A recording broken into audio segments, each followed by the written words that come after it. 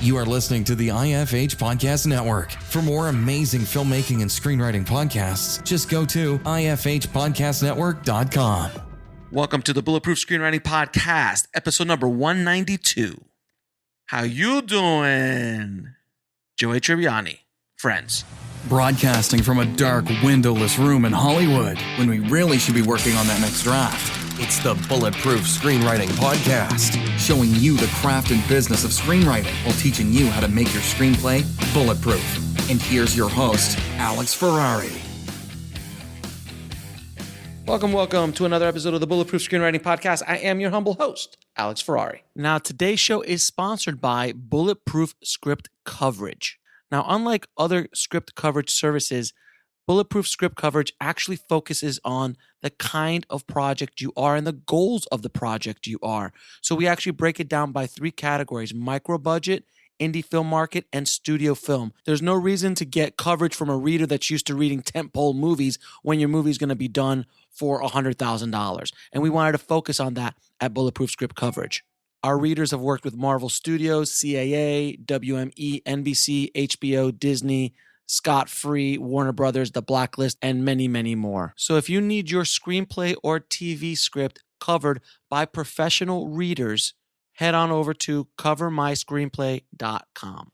Today's show is also sponsored by Indie Film Hustle Pro, our private and growing community for filmmakers and screenwriters. It was created for film creatives like you to meet, network, and support each other, learn from film industry experts, and to get the answers to your burning questions and more. The journey in this business is rough. There is no guarantee to success, but your chances of reaching your goals dramatically improve when you find others who are on the same journey as you and you work together towards a common goal. That is why I put together IFH Pro.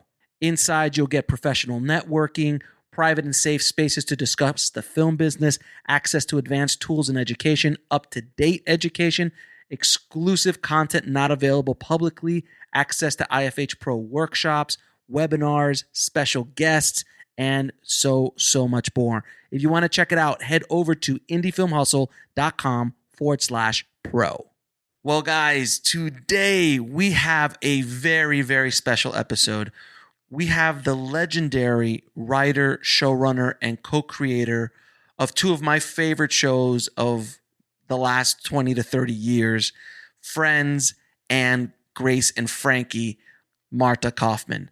Now, Marta and I had a fantastic conversation about how she was able to become a showrunner so early in her career, how she got Friends off the ground, all the behind-the-scenes stories of the making of Friends, and how in God's green earth did Grace and Frankie get greenlit, how it's been able to be the longest-running show on Netflix, and so much more. We get into the weeds about her writing process, her imposter syndrome that she deals with, and so much more. So without any further ado, please enjoy my remarkable conversation with Marta Kauffman.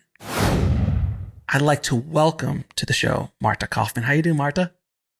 I'm good, thanks. Thanks for having me. Oh my God, thank you so much for coming on the show. I'm slightly geeking out because obviously I am of the generation of when Friends came about. So I was there. I think I was their age when Friends was. Wow. So I'm a little, like, only a few years younger than the cast. So I was really feeling it.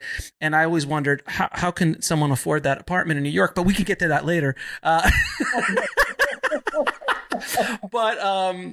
so I wanted to kind of go down the road of how you started. How did you get started in the business?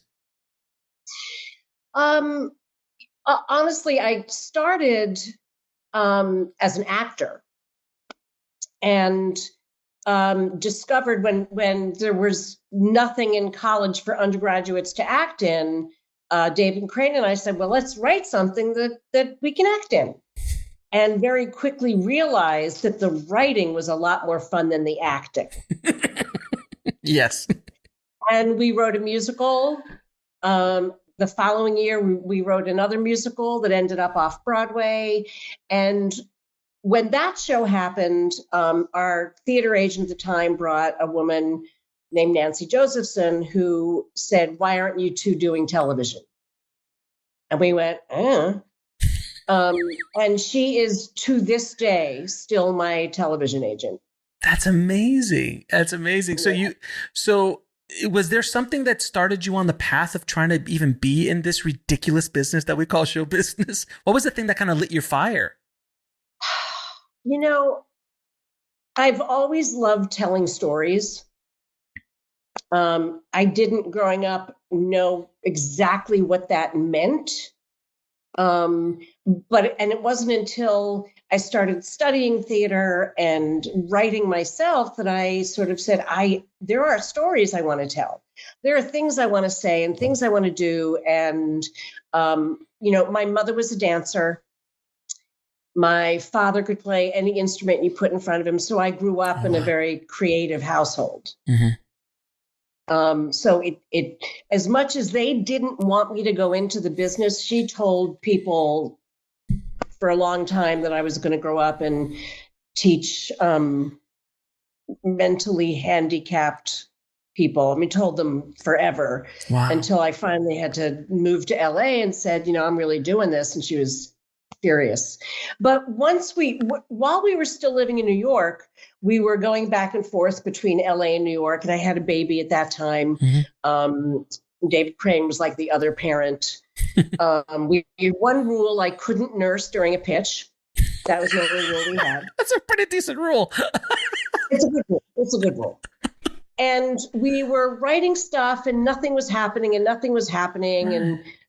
then we got a meeting about Dream On.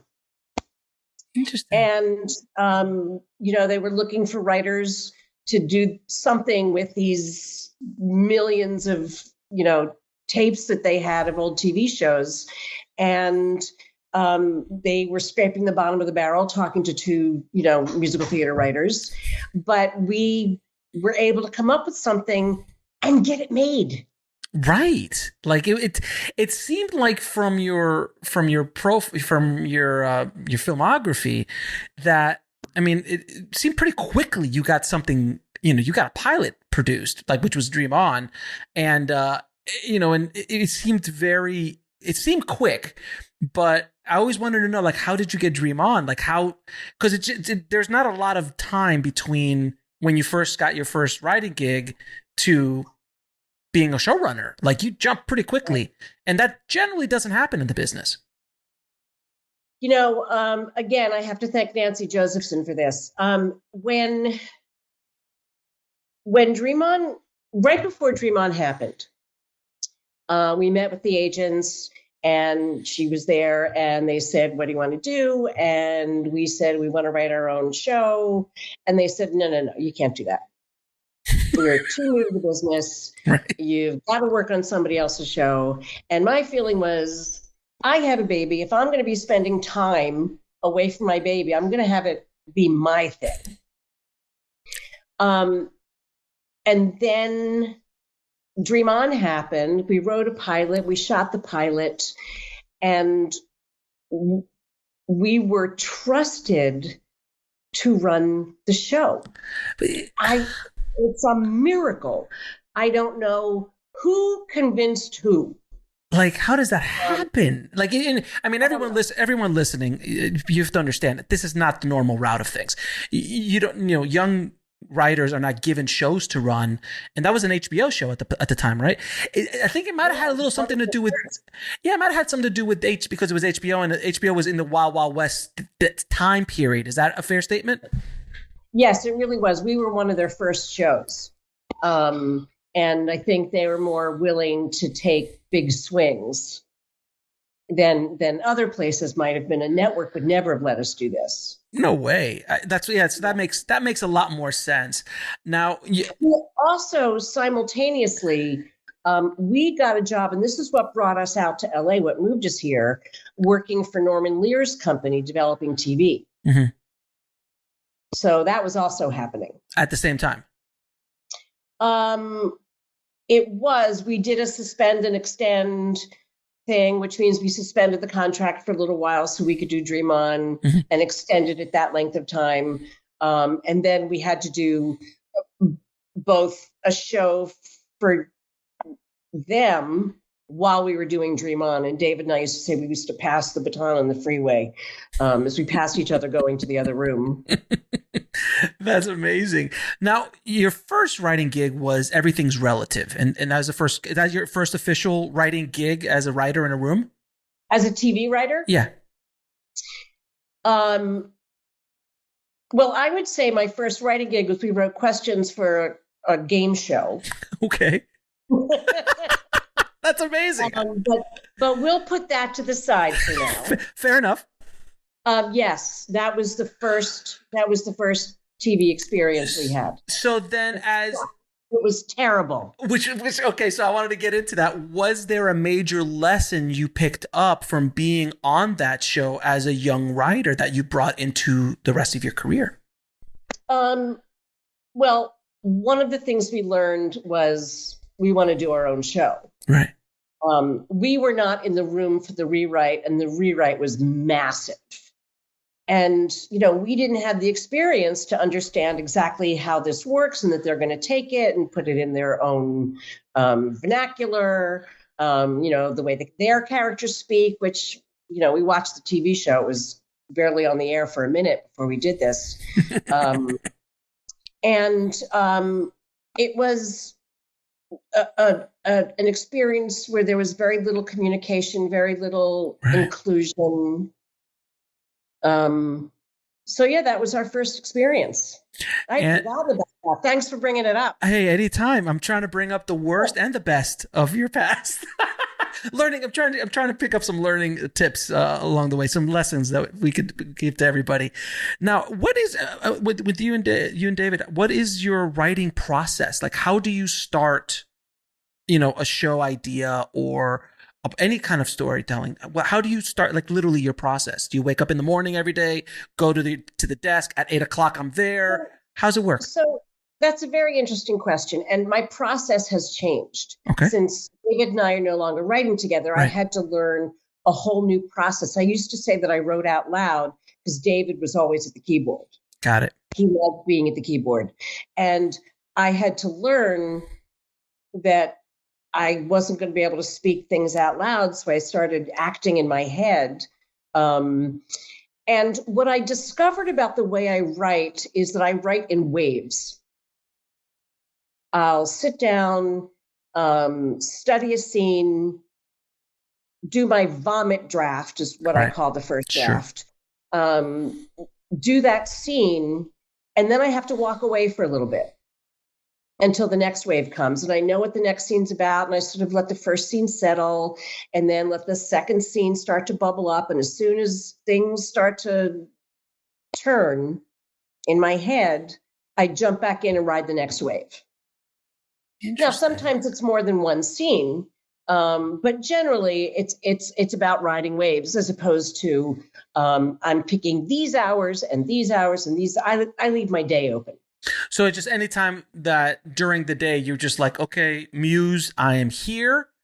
Yep. Anytime you want to show up, it could be at 8 a.m, 8 p.m, midnight, whenever. Well, it's a little more disciplined than that in that if I know today is a writing day. Sure. I'll sit down. And the reason I call it the vomit draft is I know that to get started, I just have to get words on paper. Right. However terrible they are. The words have to go on the paper. And once that starts, once you get past the blank page, then the waves start coming. And it's not really, yes, I do like to call my muse in, but it's not a matter of I'm in the shower, an idea happens, and I jump out and go sit and write. Right. I got you. Well, I always love asking this question to creators. Even when I write, there's that moment that, Wait, excuse me 1 second. I realized I didn't really answer your question. Okay, so go ahead. Oh, yeah, it's a process. The process. Yeah, there's a little more about the process in terms of creating a new show. Okay. There are a couple things. Sometimes there's IP. Right. A book, an article, or something, and those can be incredibly inspiring. We have a couple projects based on books, and they're very exciting. And I hate to say this, but part of why they're so exciting is you don't have to start from scratch.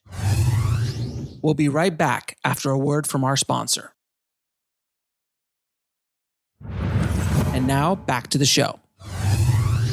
You have a basic idea of characters and perhaps a shape of a story. And yes, it has to change. And I'm not saying it's easy, but it's a different process than when you're doing a show from scratch. And, here's the log line idea. And then you have to discover who each one of these characters is. And you have to discover what the story is. And it is a painstaking process.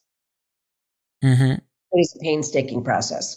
But it's one that, generally, it's one that I don't write down immediately. Okay. I percolate on it for a while.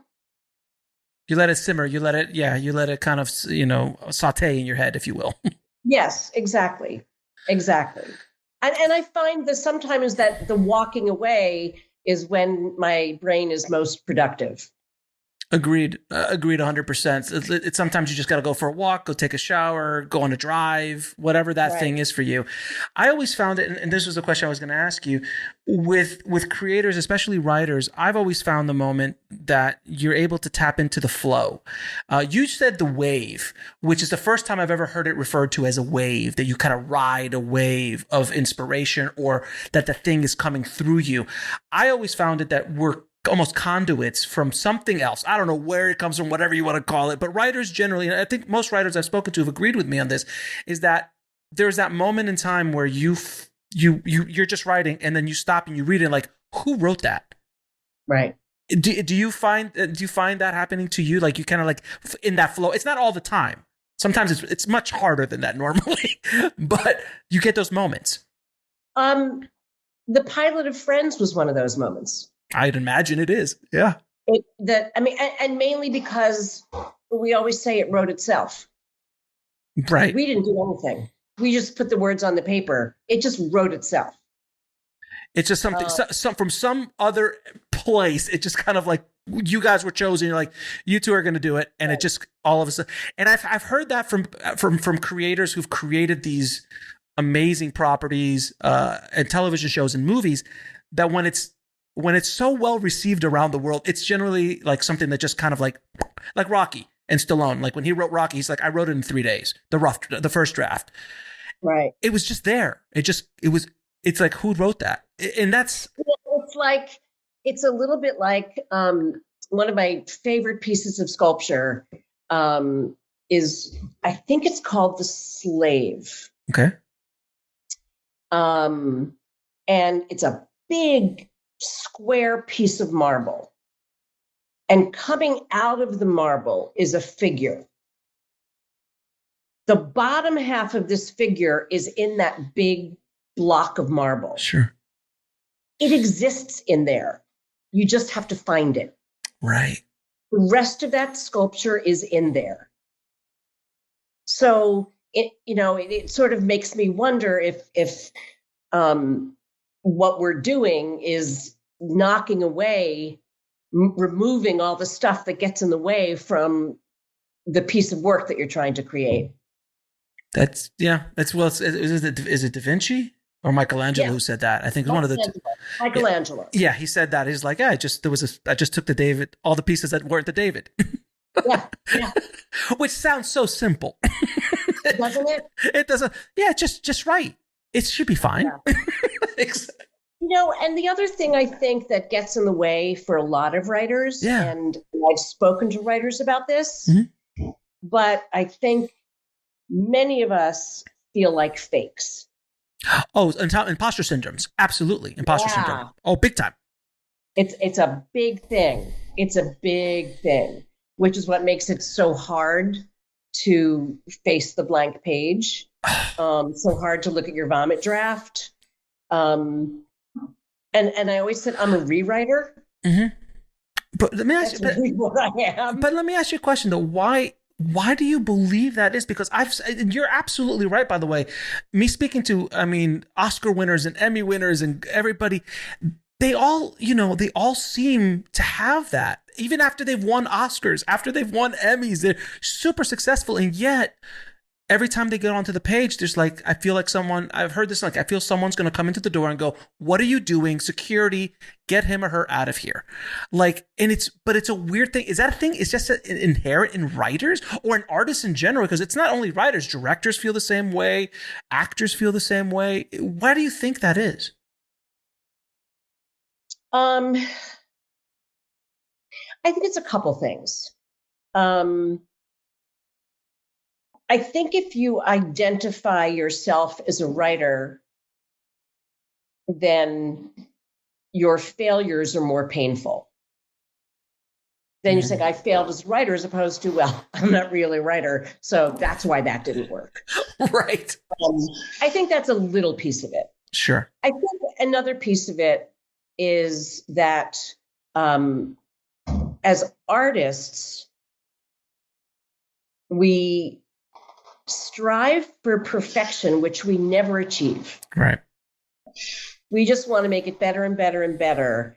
And we, I think, come face to face with our limitations on every script. I mean, I watch Friends. Mainly what I see are the things I wish we'd changed. Right. But that's an artist, though. That's always the way it is. Right. Yeah. Right. But I think that's part of it. And I think, in my case, I actually had a teacher write on a paper once that I was the least, in my AP English, I was the least perceptive student she'd ever had, and I'd never be a writer. Those are the best stories ever. I love those stories. But that kind of fed the fire a bit, I'm imagining. Well, what I realized is I can't write an essay. Right. I can't write an essay. I can write dialogue, but I cannot write it. I couldn't write a novel I just couldn't do it. I write, dialogue. That's what I do. I act it out in my head. I play all the characters, and it's in shorter sentences. I don't have to be descriptive. I have to be clever in how I do exposition and stuff like that. So I think that's certainly another piece of it for me. I haven't yet met a writer who doesn't feel the imposter syndrome. I really haven't either. Yeah. It's just, and it's not just the writers. I think directors too. I mean, maybe James Cameron not, but but even in the quiet moments of James's, I'm sure there was a moment like, nah, I don't think so. I think he's good. I think, but most mortals, most mortals do feel that, especially as artists are concerned. Is there anything you wish someone would have told you at the beginning of your career? And like, man, why didn't someone tell me this? There are a few things I wish someone had told me. I wish someone had told me that there was going to be misogyny that I could do very little about. I can imagine. I wish someone had told me that. And I faced it a lot. I'll tell you one story. We were writing a movie, and I had to have a benign tumor removed from my breast. And it was happening on the day that we were supposed to meet with the producer for whom we were writing this movie. And David sat down with this producer, and he said, I love the script. I wish it had more T and A. Then he said, by the way, where's Marta? And David said, she's having her T operated on today. Oh, Jesus Christ. I can imagine in the 90s, 80s and 90s that, there was no Me Too movement. There was no awareness. There was no real way. There was nowhere for females and people of color to there was nothing. You just had to deal with it and move forward. And we didn't really have role models. I mean, mine was Rosemarie from the Dick Van Dyke Show. Mine's was Robert Rodriguez from El Mariachi. It's the first time I ever saw a Latino filmmaker. I mean, there had been before, but Robert was the first guy I saw. Was like, oh my God, I can be a filmmaker. I can go out and do what I want to do. Right. And it was, I'm sure Spike Lee was for other people and of a certain generation. Melvin Van Peebles, and the list goes on and on. But you didn't see a lot. Now it's, so much more. There's still much more to be done, but there's so much more representation out there. There's so many more different stories told from different perspectives, which are so important. I think there is finally an awareness that we need to do that all people need to tell their stories. Right. Exactly. And that there's an audience for that. Oh, yes, exactly. Because at the end of the day, it generally always, I came up in a video store, in the 80s and the 90s. I worked in a video store, and there was one moment where I had a racist situation happen with a customer, and they called up my boss, and he was like, I can't believe this Latino kid's telling me I have late charges or something like this. And I was the first time I'd ever really been, confronted with that. And he said, I'm going to tell you one lesson. He was a Jewish man. And he said, the only color that people care about is green. If you can make the money, it all goes out the window in a lot of ways.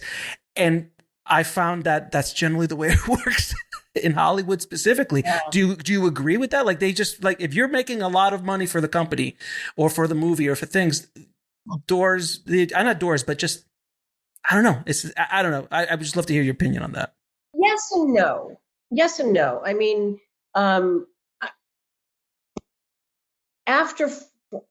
during Friends, David and I would go to a meeting, and there were certain men who would not look at me. Really? In the meeting. They would talk straight to David. And I'd be sitting right there talking, and they'd look at me when I talk, but then they would talk to David. Wow. And you had the biggest show on television. Yeah. Yeah. I mean, it's gotten better. I have seen a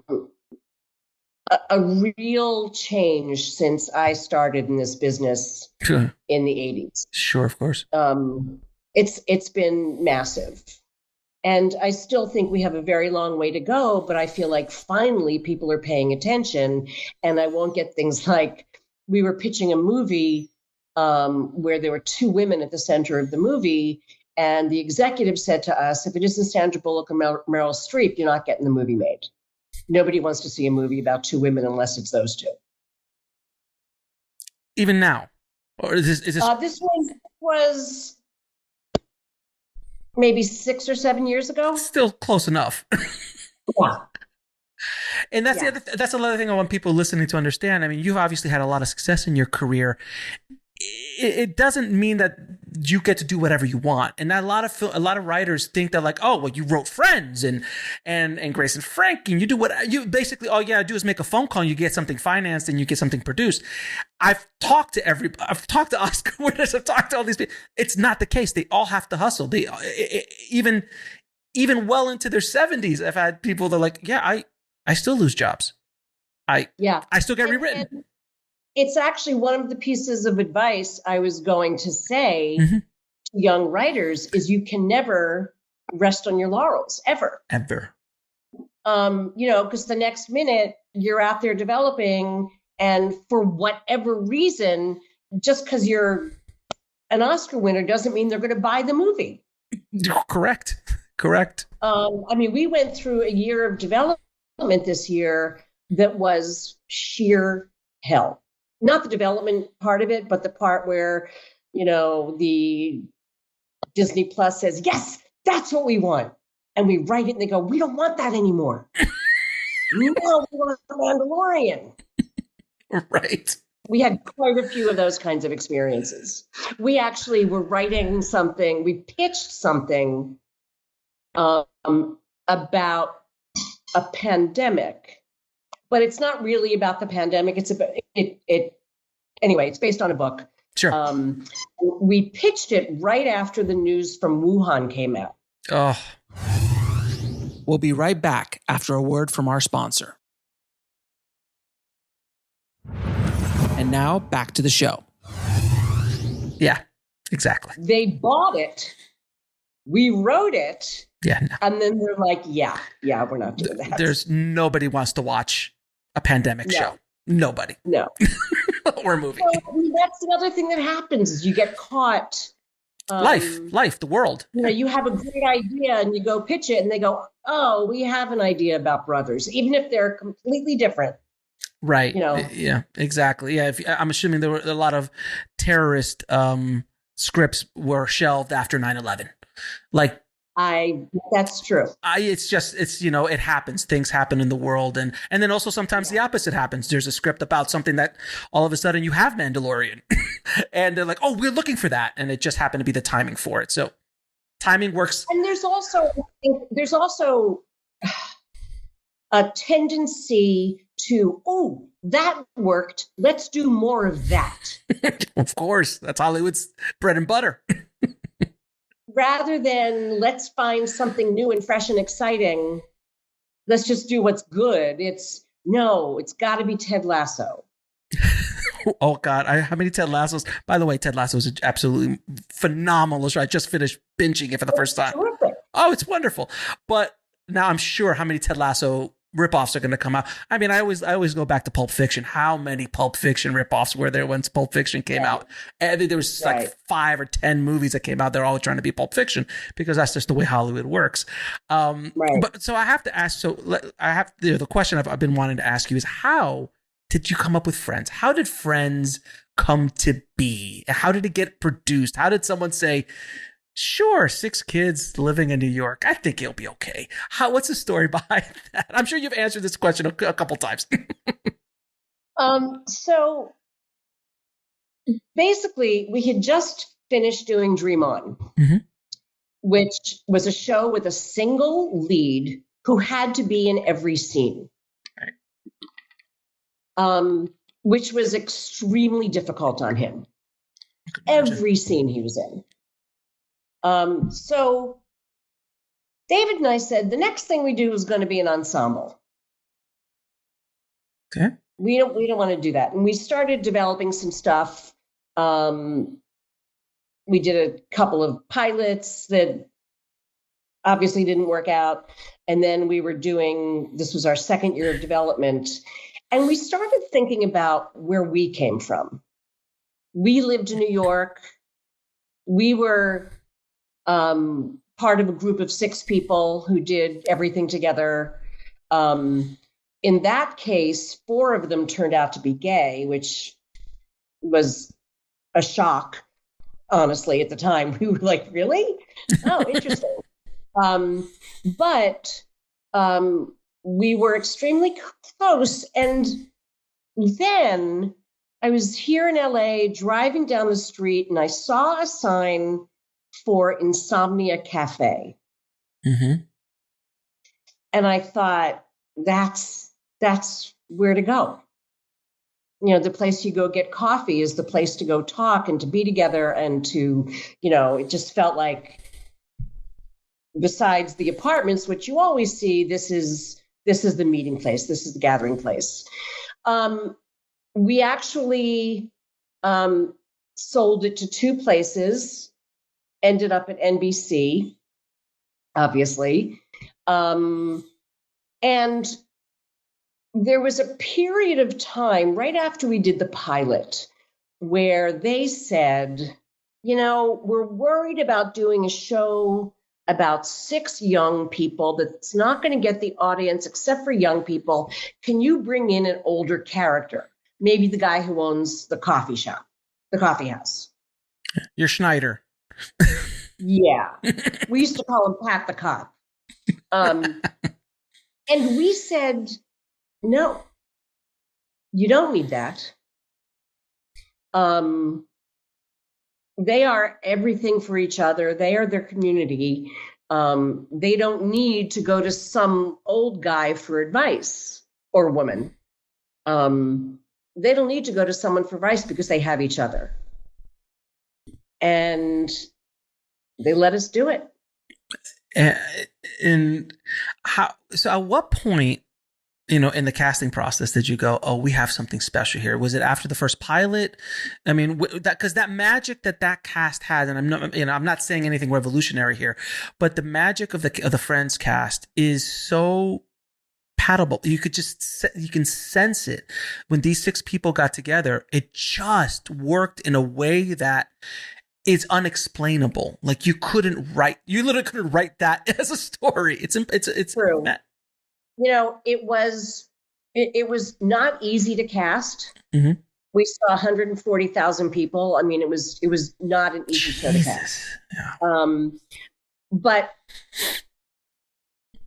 at our first rehearsal, the first time all 6 of them were on stage together, I got a chill up my spine and sort of went, holy shit. Really? That early? You felt it? It was the first time they were all on stage together.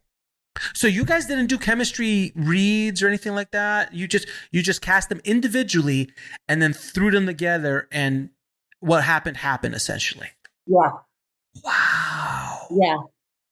Alchemy happened. It's gold. Yeah. Little gold. And this is one of those cases, the stars were aligned. Mm-hmm. Things could have been different. The stars were aligned. Yeah, wasn't there is it Jennifer that was on another show, or Jennifer was on another show? Yeah, and she had to get out. And I think it was in the reunion I just saw this year that she said, "Yeah, go to that show. You'll get canceled after a year or something like that." That show's not going to make you a star. That's the quote. Yeah, that's the show that's not going to make you a star. Yeah. And that was the thing too with that show, with the characters. They were all so beautifully balanced. You had the flighty one, you had the serious, the not as bright one, the too bright one. Like you balanced the characters. I mean, just the balance that you and David were able to put together of the characters, just on a character development standpoint. How did you develop each of those characters, or did this cast bring in some flavors that you later added and developed more with them, or were they pretty fleshed out originally on paper? The answer is a little bit of both. Okay. Look, a character you write is one thing in your head, right, and then when an actor breathes life into it, they bring something to it, and it elevates it. And especially with this cast, they elevated everything. One example is we didn't originally write Joey as stupid. But he played it so well. Yeah. That it just became part of who he was. And that was not in our initial description of him. So he wasn't originally the dim one. Correct. Yeah, but he was the actor. He was an actor. He was an actor. Yeah. So brilliant. Dr. Jake Romano. I mean, oh God. And dude, all those lines, I mean, there's so many, the list of quotable lines from that show, were any of them ad-libbed, or were they all broken in a room with the writers? Do you that you can remember, like, how you doing and all these kind of things? Like, is that, we may have written how you doing, but the way he did it is what made it incredibly special. How you doing as a line is like whatever. How many people have said, we say that, how you doing? How you doing? Yeah. But his performance made it. His performance made it. Yeah, and anytime you refer to that, you never hear someone go, oh yeah, that line, how you doing? No, it's like, how you doing? Like everyone does. Everyone does that. Right. And to find 6 actors who melded so beautifully together and stayed best friends, really to this day, such good friends, is almost unheard of in a series environment for 10 years without somebody wanting to kill somebody. Look, it's family. We all families are families. We all have, fights and things like that. But generally speaking, they all stayed together for the entire show. Yeah. It's remarkable. It is. I don't remember another series that had this kind of ensemble. And the other thing that I found so fascinating about the show is there really wasn't a breakout star. And I don't mean that in the bad way, because they all were breakout stars. And that's unheard of, you know? It's your experience as well? Yeah, my experience as well. And, you know, it was also when we cast it, we didn't want to cast a star. Right. We didn't want someone who was going to pull all the attention towards themselves, you know, by an audience. We wanted 6 people who worked as a unit, who made the characters come to life, and who could, you know, hopefully meld. And you just don't know. You don't know until you do it. But you know, it worked out. We did. Yeah, I mean, It did work out. And Courtney was the only, to my knowledge, was the only kind of known person at that time, because she had been, you know, in some movies and obviously the Bruce Springsteen music video, and she'd been around for a little bit at that point, but she wasn't a star per se. She was a known actress. Correct. Now, what is it like? Can you discuss the process of breaking an episode in the Friends writers' room? Like, how did you, from season 1 to like season 8, like what are the main differences from breaking that first season as opposed to breaking the 8th or 9th or 10th season? Well, the biggest difference is in the first season, you're making the arcs. You're creating the relationships between people. By the time you get to the 8th season,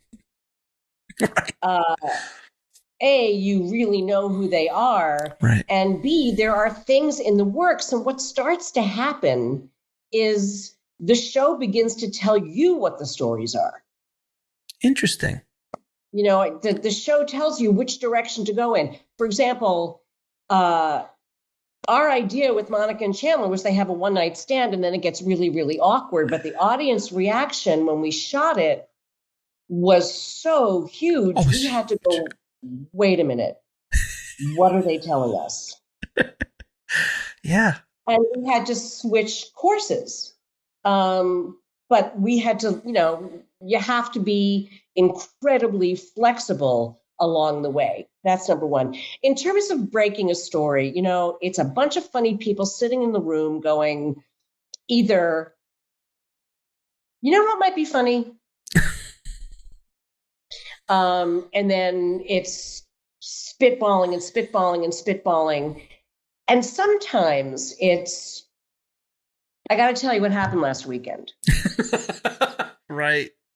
And they bring, as an example, the Taylor story.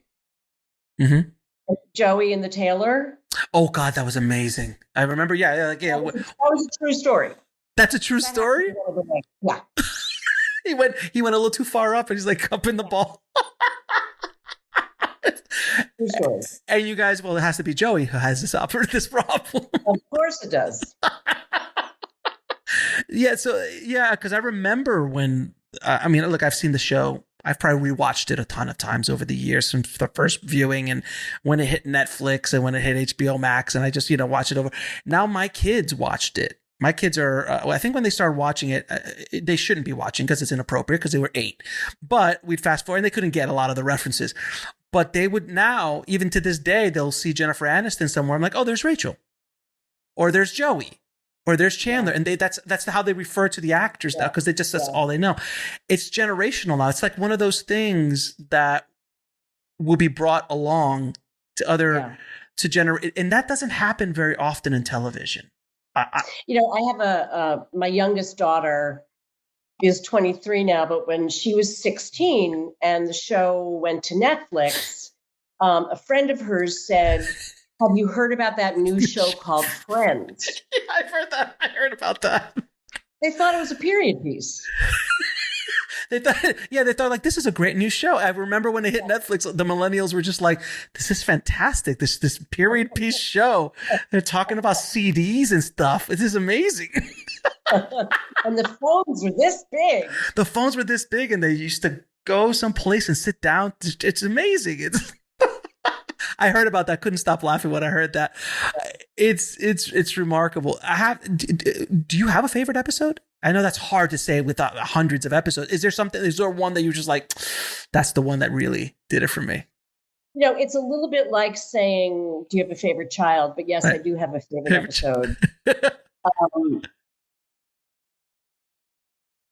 The episode with the game and yes, the embryos. The embryos? When the other part is Phoebe is getting her eggs fertilized. Right. Her brother's sperm. Of course. We'll be right back after a word from our sponsor. And now back to the show. That's the other piece of the story that's in there. But it was the game. You mean the game when they lost the apartment? Yeah. Oh my! That's an amazing episode. One of many. But I love that episode so much. I love it so much. It's perfection. I want to ask you. The ones I love too. Mm-hmm. But that to me that's just my favorite. Now, is there something that you look for specifically in a potential writer for one of your rooms? Yes. What is it? That I can be in a room with that person for 12 hours a day. Mm-hmm. No matter how good the writing is, if the person is obnoxious or too shy, or too shy, it's true, mm-hmm. or afraid to talk, I won't hire that person. Look, you read a script, you respond to it or you don't. Correct. And part of what happens is as you start to put together a writer's room, you go, all right, this person is really strong on story. This person's really good at jokes. So the script I read of that person may have been hilariously funny with not a great story, but that's okay in a writer's room. Right. You're taking the best pieces. You're taking the best pieces. Right. You want to balance. And I also feel that when people stay with a show, they start to, gain depth as writers. Of course. And learn to strengthen their weaknesses and show their strengths. I mean, the best advice I've ever gotten for being in this business is don't be a dick. Best advice I've ever gotten. And people are like, oh, you've got to be super talented. I'm like, that helps. Don't be a dick. It does, but I promise you, true. You could be the best writer. You could be the second coming of William Goldman. And if you are an ass and you can't work with them in any field in our business, grip, gaffer, DP, director, writer, if you're hard to work with, and maybe you get in, I've always seen this too. Maybe your talent gets you in and then you become the dick. Yeah. The moment you stumble, the second you stumble, you're gone. And it'll be, we and I feel that you're right. It's about the whole business. I mean, as a showrunner, one of my priorities is a happy set. Mm-hmm. Absolutely. A safe and happy set. Mm-hmm. And anybody who can't participate in that can't stay on the show. There's nobody yells. There's no yelling, period. End of story. You don't yell. Right. There's, and there are ways, it's being a showrunner sometimes is like being a camp counselor. Mm-hmm. Not always, but sometimes that is what it feels like when you're sort of supporting, uplifting, cheering on your cast and crew to make them feel good about coming to work every day. It's not easy. A lot of people think, I mean, look at Hollywood and being in the show business and television. It's fun. Don't get me wrong. And I know you know that as well. It's fun, but it's hard work. You work 12, 18-hour days sometimes. Right. Yeah, everyone's well compensated and all that's all great and dandy. But at a certain point, it doesn't matter how many dollars come into your checking account. It's still 18 hours and you're still busting your butt. And I can't even imagine the financial pressure of being a producer on a show like that, and because at a certain point, it was one of the most expensive shows on NBC's roster at a certain point. They were making a lot of money with it as well. But that pressure, as well as trying to be creative, as well as trying to keep a happy set, people don't think about things like that, but it is an immense amount of pressure. I can't even understand at this point. It's true. It's a lot of pressure. It's an enormous stress. But, and I would say this to a young writer, we work too hard not to find joy in what we do. Mm-hmm.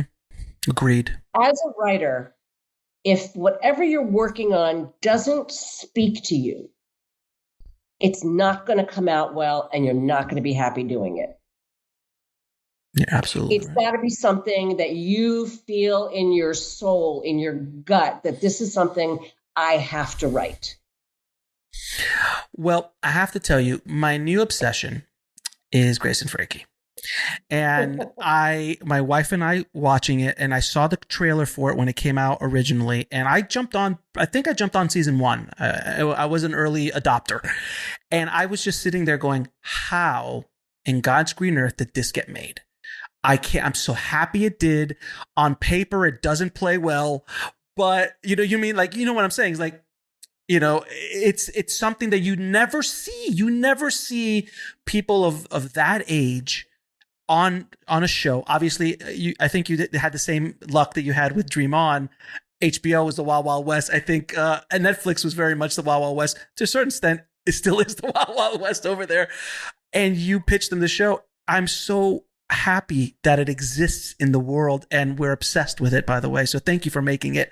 How did Grace and Frankie come to be? How did that idea come to be? Because some of the ideas in that show are just wonderful. Well, it was kind of a fluke how it started. I had lunch with a woman named Marcy Ross, who was head of the television department at Skydance. We'd known each other previously. And she said that Jane Fonda and Lily Tomlin want to do TV. I thought she meant together. Mm-hmm. So I called my agent and I said, is it true that Jane Fonda and Lily Tomlin want to do a show together? And she goes, I don't know. I'll call you back. And 20 minutes later, she calls me back and she says, they do now. Because you were asking. Yeah. Well, and also because they hadn't thought about doing it together, and it was like, they're friends. Of course. They were very excited about it. And then, we knew certain things. We knew we wanted it to be about what it is to be that age, sexuality at that age. Right. That was very important to us that we deal with sex and sexuality and friendship. And we had a few paths to it. And I was sitting in the car with my daughter, who is now a VP of my company because she's so freaking good. Mm-hmm. And she's the one who said, what if they are women who don't like each other, their husbands work together in a law firm, and the men fall in love and want to get married? She's the one that came up with that? What? Oh my God. What? That's amazing. And Martin and Sam, I got to tell you, Alex, there were days we would do table reads and I would look across the table. Right. Sam Waterston and Lily Tomlin and Jane Fonda and Martin Sheen. And I would go, what? What's going on? What? Is this real? It's remarkable. And the topics I've never seen a show like that, because it's just something you never see characters of that age on television as the main star. Just it doesn't happen. There's usually a side character. But there's that. Then the topics they cover, like you're talking sexuality, that's taboo. You don't talk about things like that. And then that they open up a vibrator company is just the most brilliant thing I've ever seen in my life. And then the toilet thing, and oh my God, it's just every season keeps getting better. It was all for us about life starts at any age. Right. And also was a little bit about, no one talks about dry vaginas, but they're a real thing. Right. You're right. No one talks about them. And, on Netflix, you can talk about it. Right. This is not going to happen on a network show. No. The case with Frankie would not happen on any of the major networks. That's just not going to happen. But, by the way, I'm sure you've seen it at this point, the SNL rap. Oh my God. That made us so happy. We watched it in the writer's room and we were just so happy about it. Oh my God. Pete Davidson, it's just it was the best. If anyone's not, I'll put a link to it in the show notes. It is, when I saw it, because I'm a fan of Saturday Night Live, so I was watching it. I'm like, are they doing a rap about Grace and Frankie? This is the most amazing thing I've ever seen. And that Jane and Lily showed up at the end. I know. It made us so happy. That's when I knew I'd made it. Yeah, it's now crossed over, because that's the thing. Because on paper, it's not a great pitch. Don't get me wrong. It's not a great pitch on paper, because you're like, well, it's only going to this is what the studios would say. It's only a certain demographics going to watch this. Only an older generation. It's not kind of the generation that we're going after. But their biggest fan base is young millennials. Yeah. Yeah. And Gen X, like myself, and everyone in between, because good story writing is good story. Good acting is good acting. Well, it's similar to Friends when they said, you can't do a show about 6 young people. Right. We've always said, and this was the case with Grace and Frankie too, if the stories are identifiable, if you can connect with the characters and the stories are something you can empathize with, then it'll work, no matter how old they are. You're absolutely right. And you have the record now of the longest running show on Netflix. Yeah. There is no other show that's ever done it. And that was the thing in the rap too. I love that. It was like, and the longest running show on Netflix as well. Again, if on paper, you would have told me, oh yeah, this is also going to be the longest running show on Netflix, because Netflix is infamous for 1-2 seasons, you're out. Right. 2-3 seasons, you're out. If you can make it to 4 or 5, my God, you're at this point, you're Orange is the New Black or House of Cards, Right. But this little show, and it's not that little, but this little show about, older people talking about dry vaginas and vibrators. It's now the longest running show on Netflix. I mean, do you believe, I think you said it already. It's like it identifies and crosses the generations. And that's why I think people connect with it so much. And obviously it's the performances as well. And Jane and Lily and Martin and Sam are they're magic as well. You've hit the lottery twice. I did. I did. I'm very grateful and very lucky. So I have to ask you, I heard the rumors, is Dolly showing up? Dolly it is official out there. Yes. Because on season 3, I'm like, when is Dolly going to show up as a cameo? Jesus, somebody bring Dolly back. Please, I want to see the 3 of them again, because I'm of a generation that remembers 9 to 5. I love 9 to 5. I watched it, oh God, so many times. It's one of those movies at that time. That movie was a monster hit. Yeah, it was huge. It was huge. It was in the zeitgeist at that moment in time. And the 3 of them are so magical together. I cannot wait to see I'm just dying to see what you guys do with them. And when is the show with the final episodes? Because I already binged the second. You teased out a few episodes, so that's this last season. We teased out 4. I don't have an official date yet. Okay. I don't have an official date yet. Hopefully in the next. I think it's going to be in the next few months. Next few months. So yeah, as of this week, we're recording this in January. So hopefully in April sometime. April, that's what I'm hoping for. Yeah, hopefully around April sometime it'll come out. And how many episodes are left? 12. Oh, 12 total? 12 left. We were It was 16 episodes for our final season. Oh God. Oh, that's amazing. So you got extra, because there's normally, what was the normal episode run? 13. So you got 3. So good. I'm so excited. I cannot wait to watch Grace and Frankie again, see where this story. No, seriously, it's like there's very few shows that I get obsessed about. Grace and Frankie. I'm also obsessed about Cobra Kai. because it's Cobra Kai. But it is I don't get obsessed by shows. Oh, and Yellowstone too. I don't know if you've seen Yellowstone. I haven't yet. I'm having my knee replaced. I'm saving it for that. Taylor is it's amazing writing. Now I'm going to ask you a few questions. I ask all my guests. What advice would you give a screenwriter trying to break into the business today? We'll be right back after a word from our sponsor. And now back to the show.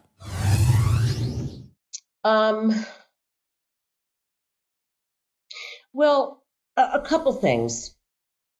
One is, before you take scripts out there, get some friends together and read it out loud. So that you know how you have a product that is actable. And then I would say, and I know there's a lot of controversy about this, I think agents can be extremely useful. I happen to have had a very good experience with mine. Other people have had good experiences. Some have not. I understand that. But I think getting an agent is really important. And that's one of the ways you do that is knowing other writers who can say, hey, I met this person who has a great script. And to do that, I really think getting into a writer's room, being a writer's assistant, start as a writer's PA if you have to, be a writer's assistant. Every writer's assistant we had, except for one, ended up being a writer on the show. On which show? Grace and Frankie, or Friends, or both? Frankie. Grace and Frankie. Great. Well, we had quite a few on Friends as well, but on Grace and Frankie, everyone. Really? That's awesome. A woman who started as a writer's PA ended up as a producer in our last season. I have to ask, how do you go from writer's PA to producer in the scope of the series? Like, so people listening can understand what she did. In my room, I run a very democratic room. Okay. And if a writer's assistant has a joke to pitch, I want to hear it. Okay. I want to hear what they have to say. If a writer's assistant has an idea, the room may not necessarily be the right place to do it, but then pull me aside and say, I was thinking, what about this? And then we can go back in the room and I can say, Brooke just had this amazing idea. Because there is that politics of the room that's not spoken about a lot. It's like how to, especially there's a showrunner side of the room, but then there's the writer side and how to politically do it without stepping on toes and egos and things like that. It depends on the showrunner. Exactly. It depends on the showrunner. If you have a showrunner with an ego, it's tough. But you still would learn a lot in a writer's room. Mm-hmm, mm-hmm.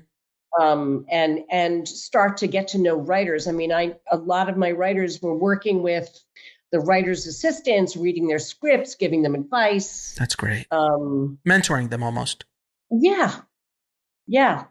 That's amazing. That's great. Now, what is the lesson that took you the longest to learn, whether in the film industry or in life? Wow.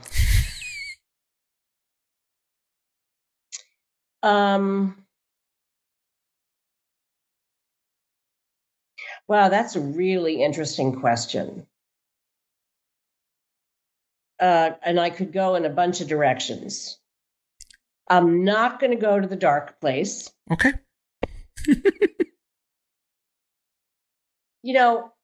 Bringing it full circle, I think I learned that I'm a writer.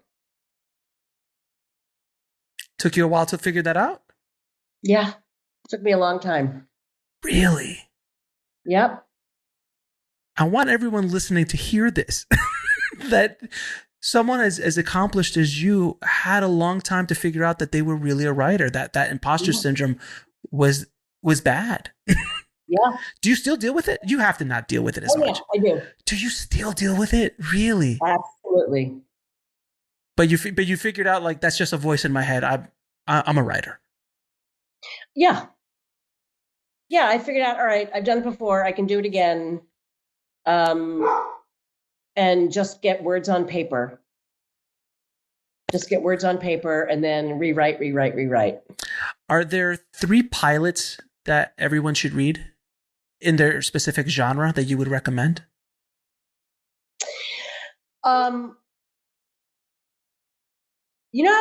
My So-Called Life was an amazing pilot. It was. I remember it. That was an amazing pilot. I learned a lot from watching that pilot. So that's one. Mm-hmm. Squid Game had a pretty good pilot. Jesus. What the hell with that? Jesus Christ, that show. What a thing. Like, how well, like, I don't even, I have to do it. I have to get that showrunner on the show. I'm just, if he speaks English, I want to speak to him. And it's funny that I mention those because I don't watch a lot of comedies. Okay. I mainly watch dramas because watching comedies work for me. Right. You're analyzing it. You're picking it apart. Exactly. You're like, oh, that didn't hit right. That didn't hit right. Why did that get through? Or how'd they get to that? How's that story-wise? That doesn't make any sense, or whatever it is. Right. So, all right. So mostly drama. So Squid Games, My So-Called Life, and what's the third one you think?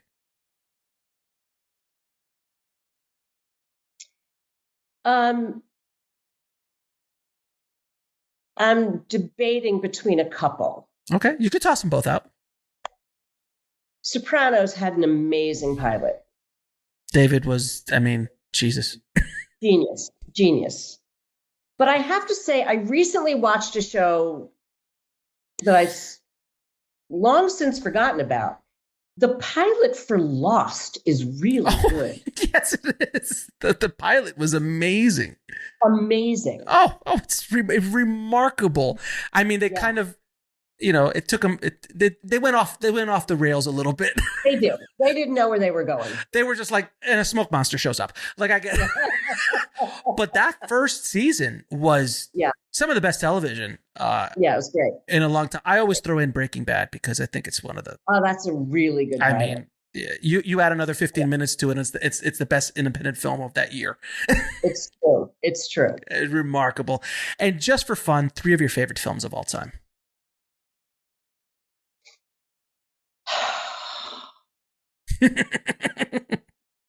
She's wiggling in her chair. She's wiggling in her chair.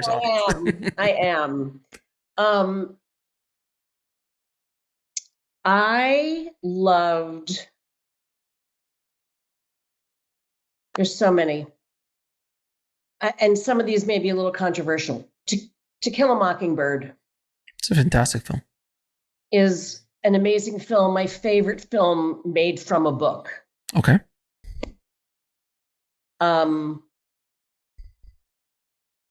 Now this one's a little strange. The original West Side Story. Okay. Which I grew up on. I will sometimes just watch the dances. Oh, they're so beautiful. Amazing. They're so good. Did you see the new one, by the way? Did you see Stevens? I did. Yeah, I haven't had a chance to see it yet, but I hear it's phenomenal. Watch it, and then we can have a conversation. Okay, fair enough. Fair enough. Okay, and what's another one?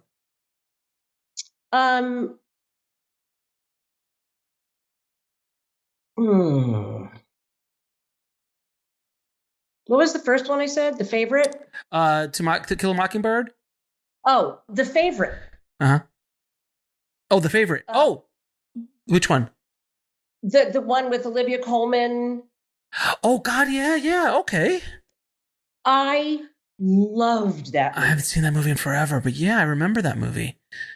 Oh, it's just, and I also loved Arrival. I do love science fiction. I watch a lot of science fiction. Really? See, I thought Arrival was great. See, now you never think that Marta Kauffman's like a big sci-fi fan. Huge sci-fi fan. Did you see that? Have you seen Mandalorian? Do you watch any of that stuff or no? Yeah, I do. Did you enjoy it? Yeah, I enjoyed it. It's fun. Yeah. It's popcorn. It's popcorn. Yeah, exactly. It's popcorn. It's fun. It's, it's not changing. Watch while you're eating dinner. Right. It's not going to change the world, but man, is it fun. Yeah, it is fun. And I just started watching the Book of Boba, and I'm just like, it's fun as hell, man. I saw this meme of it's like kids playing with Star Wars toys, and there's like Jon Favreau, David Fillion, and then making the Mandalorian. They're just literally having the fun playing with their Star Wars toys as someone's filming it. That's really fun. Marta, thank you so much for being on the show. It has been an absolute pleasure talking to you, and it has been. Thank you, Alex. And I appreciate your thoughtful questions. It was wonderful talking to you, and continued success. Thank you again for bringing Friends into the world, and also Grace and Frankie. And I cannot wait to see what you're up to next. So thank you again so much. Thanks so much. Bye. I want to thank Marta so much for coming on the show and sharing her journey and dropping her knowledge bombs on the tribe. Thank you again so much, Marta. If you want to get links to anything we spoke about in this episode, including how to watch the last episodes of one of the most amazing shows on Netflix, Grace and Frankie, head over to the show notes at bulletproofscreenwriting.tv/192. And if you haven't already, please head over to screenwritingpodcast.com, subscribe, and leave a good review for the show. It truly helps us out a lot. Thank you again so much for listening, guys. As always, keep on writing, no matter what. I'll talk to you soon. Thanks for listening to the Bulletproof Screenwriting Podcast at bulletproofscreenwriting.tv.